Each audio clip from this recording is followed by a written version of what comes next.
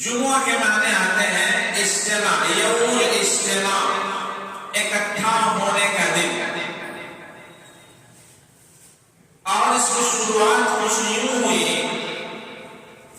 کہ جب سے یہودیوں نے اور نصارہ نے، کرسچنوں نے اپنے اپنے دن مقرر کر لیے خوشی کے. یہودیوں نے سنیچر کے دن کو مقرر کیا یوم السبت جس کو کہا جاتا ہے، اور قرآن کے نام بارے میں اس کا ذکر بھی ہے. مچھلی کے شکار کا تذکرہ ہے، جس چیز سے ان کو منع کیا گیا تھا اس کے کرنے کا ذکر ہے. اور نصارہ نے، کرسچنوں نے اتوار کے دن کو اپنی چھٹی کا دن قرار دیا. دونوں کی وجہ یہ رہی کہ ایک دن سے، یعنی اتوار کے دن سے اللہ نے کائنات کو شروع فرمایا. اس لیے نصارہ نے، کرسچنوں نے اتوار کے دن کو خوشی کا دن، چھٹی کا دن بنایا. اور اس وقت کائنات کے اکثر ملکوں میں چھٹی کا جو تصور ہے وہ اتوار کے دن ہے، اس لیے کہ اصل کرسچنوں کا غلبہ ہے. اور یہودیوں کا یوم السبت یعنی سنیچر کا دن وہ اس لیے کہ اللہ تبارک و تعالیٰ نے کائنات کو اتوار سے پیدا کرنا شروع فرمایا اور جمعے کے دن وہ مکمل ہوا. تو سنیچر کا دن خالی رہا. اس بنیاد پر انہوں نے سنیچر کے دن کو چھٹی کا دن، خوشی کا دن قرار دیا. مسلمانوں کے لیے ایک مسئلہ تھا کہ وہ کس دن کو اپنے اجتماع کا، خوشی کا دن قرار دے. لہذا تاریخ میں یہ ملتا ہے، جیسا کہ علامہ شفیع عثمانی دیوبندی رحمت اللہ علیہ نے اپنی تفسیر معالم القرآن میں اس کی وضاحت فرمائی ہے. اور اس آیت کے ضمن میں اس کو لکھا ہے، یا ایھا الذین آمنوا اذا نودی للصلاۃ من یوم الجمعہ فاسعوا الی ذکر اللہ وذروا البیع. ایمان والو، جب جمعے کے دن آواز لگائی جائے یعنی اذان دی جائے تو پھر تم اپنے تمام کاموں کو چھوڑ کر اللہ کی یاد کی طرف دوڑو، لپکو اس کی طرف. فاسعوا الی ذکر اللہ وذروا البیع، اور اپنے تمام تر کاموں کو، خرید و فروخت ہو یا اور دیگر مشغولیات، لکھنے کا، پڑھنے کا، کام کرنے کا، سب کو چھوڑ دو اور اللہ کی طرف، اللہ کے ذکر اور عبادت کی طرف دوڑو.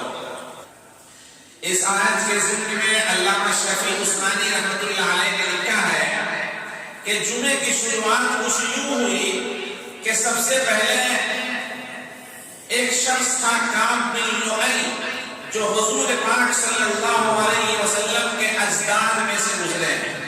560 سال پہلے آپ کے خاندان کے ہیں وہ، اور وہ موحد تھے، ایک اللہ کو ماننے والے تھے. جمعے کے دن وہ لوگوں کو اکٹھا کرتے اور کھانے پینے کا اہتمام ہوتا، خوشیاں منائی جاتی، اور پھر یہ کہا جاتا کہ ہم اور آپ سب لوگ جمعے کے دن پھر اکٹھا ہوں گے. اس کو اکٹھا ہونے کا دن اس طرح قرار دیا گیا.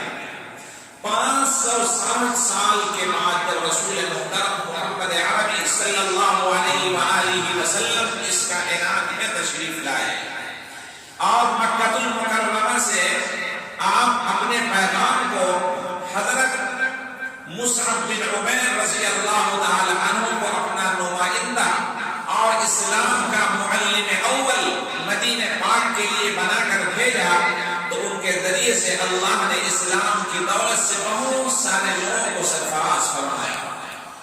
مدینہ میں پھر یہ کوشش کی گئی کہ مسلمانوں کی تعداد سینسیکس معلوم کی جائے کہ کتنی تعداد ہے. لہذا ایک شخص تھے انہی میں سے، یعنی مسلمان تھے، حضرت اسعد بن زرارہ رضی اللہ تعالی عنہ. ابھی حضور پاک صلی اللہ علیہ وسلم کی مکے سے مدینہ المنورہ ہجرت نہیں ہوئی تھی، ہجرت کے بعد فوراً دنیا سے وہ رخصت ہو گئے، انہوں نے یہ اہتمام کیا، سعد بن زرارہ رضی اللہ تعالی عنہ، نام اچھی طرح یاد رکھیں، انہوں نے یہ کیا کہ جمعے کے دن مسلمانوں کی تعداد معلوم کرنے کے لیے اکٹھا ہونے کا لوگوں کو حکم فرمایا کہ ہم اور آپ سب اکٹھا ہوں۔ جب ان کے بعد میں لوگ اکٹھا ہو گئے تو انہوں نے ایک بکرا ذبح کیا اور خوشی کا اہتمام، دعوت کا اہتمام فرمایا۔ الحمدللہ مسلمانوں کی تعداد 40 سے زیادہ نکل آئی، 40 سے زیادہ تعداد تھی۔ اس کے بعد انہوں نے پھر یہ کیا کہ اب یہ بتاؤ کہ ہم اور آپ سب کیسے اکٹھا ہوں گے؟ تو صحابہ کرام رضی اللہ عنہم کے درمیان مشورہ ہوا کہ ہم لوگ اسی دن اکٹھا ہوا کریں، اور اس طرح ہم اور آپ کی حالات بھی ایک دوسرے کے معلوم ہوتے رہیں گے اور اکٹھا بھی ہوتے رہیں گے، خوشیاں بھی مناتے رہیں گے۔ اس طرح سے جمعہ کے دن انہوں نے اکٹھا کرنے کا انتظام فرمایا، اور شکرانے کے طور پر جو دعوت ہوئی، اس شکرانے کے طور پر 2 رکعت نماز بھی ادا کی گئی، شکرانے کے طور پر وہ نماز ادا کی گئی تھی۔ اللہ تبارک و تعالیٰ کو یہ ادا بہت پسند آئی۔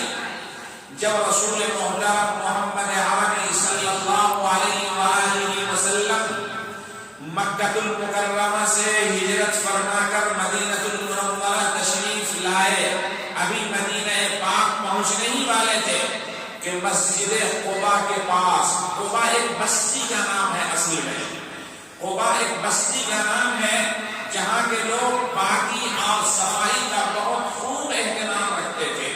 قرآن میں اس بستی کے لوگوں کی صفائی اور ستھرائی کی تعریف اللہ رب العزت نے 11ویں پارے میں فرمائی ہے، لَمَسْجِدٌ أُسِّسَ عَلَى التَّقْوَىٰ مِنْ أَوَّلِ يَوْمٍ أَحَقُّ أَن تَقُومَ فِيهِ رِجَالٌ يُحِبُّونَ أَن يَتَطَهَّرُوا وَاللَّهُ يُحِبُّ الْمُطَّهِّرِينَ۔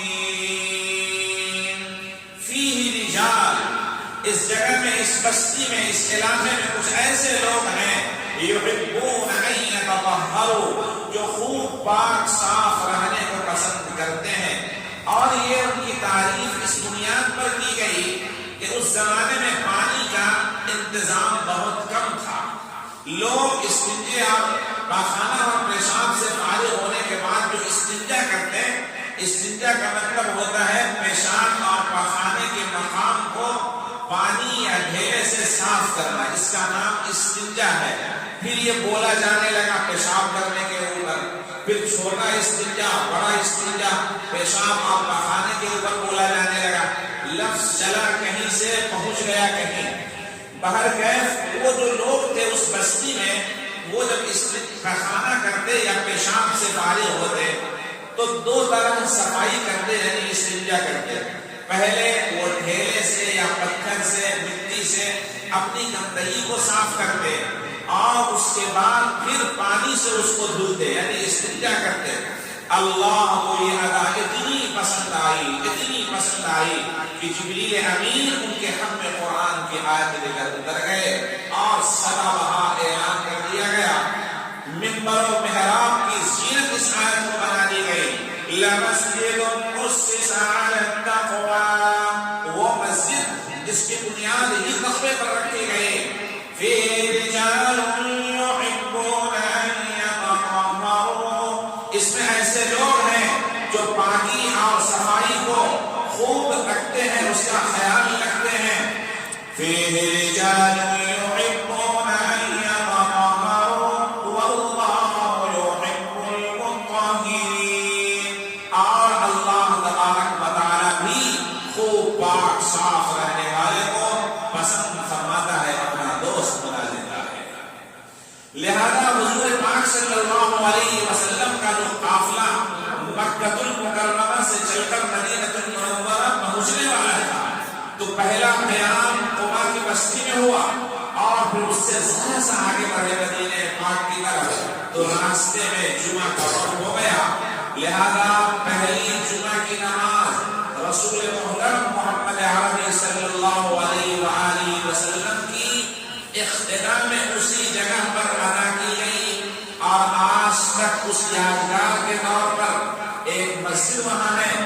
کا نام مسجد جمعہ ہے. تمام زیارت کرنے والے، وہاں جانے والے لوگوں کو اللہ توفیق عطا فرمائے کہ جائیں اور اپنی نگاہ سے اس نبی محترم صلی اللہ علیہ وسلم کی ابتدا میں مدینہ المنورہ کی سرزمین میں پہلی جمعہ جو ادا کی گئی، اس سرزمین کو دیکھیں، اس مسجد کو جا کر کے دیکھیں، اس کی دیدار کریں.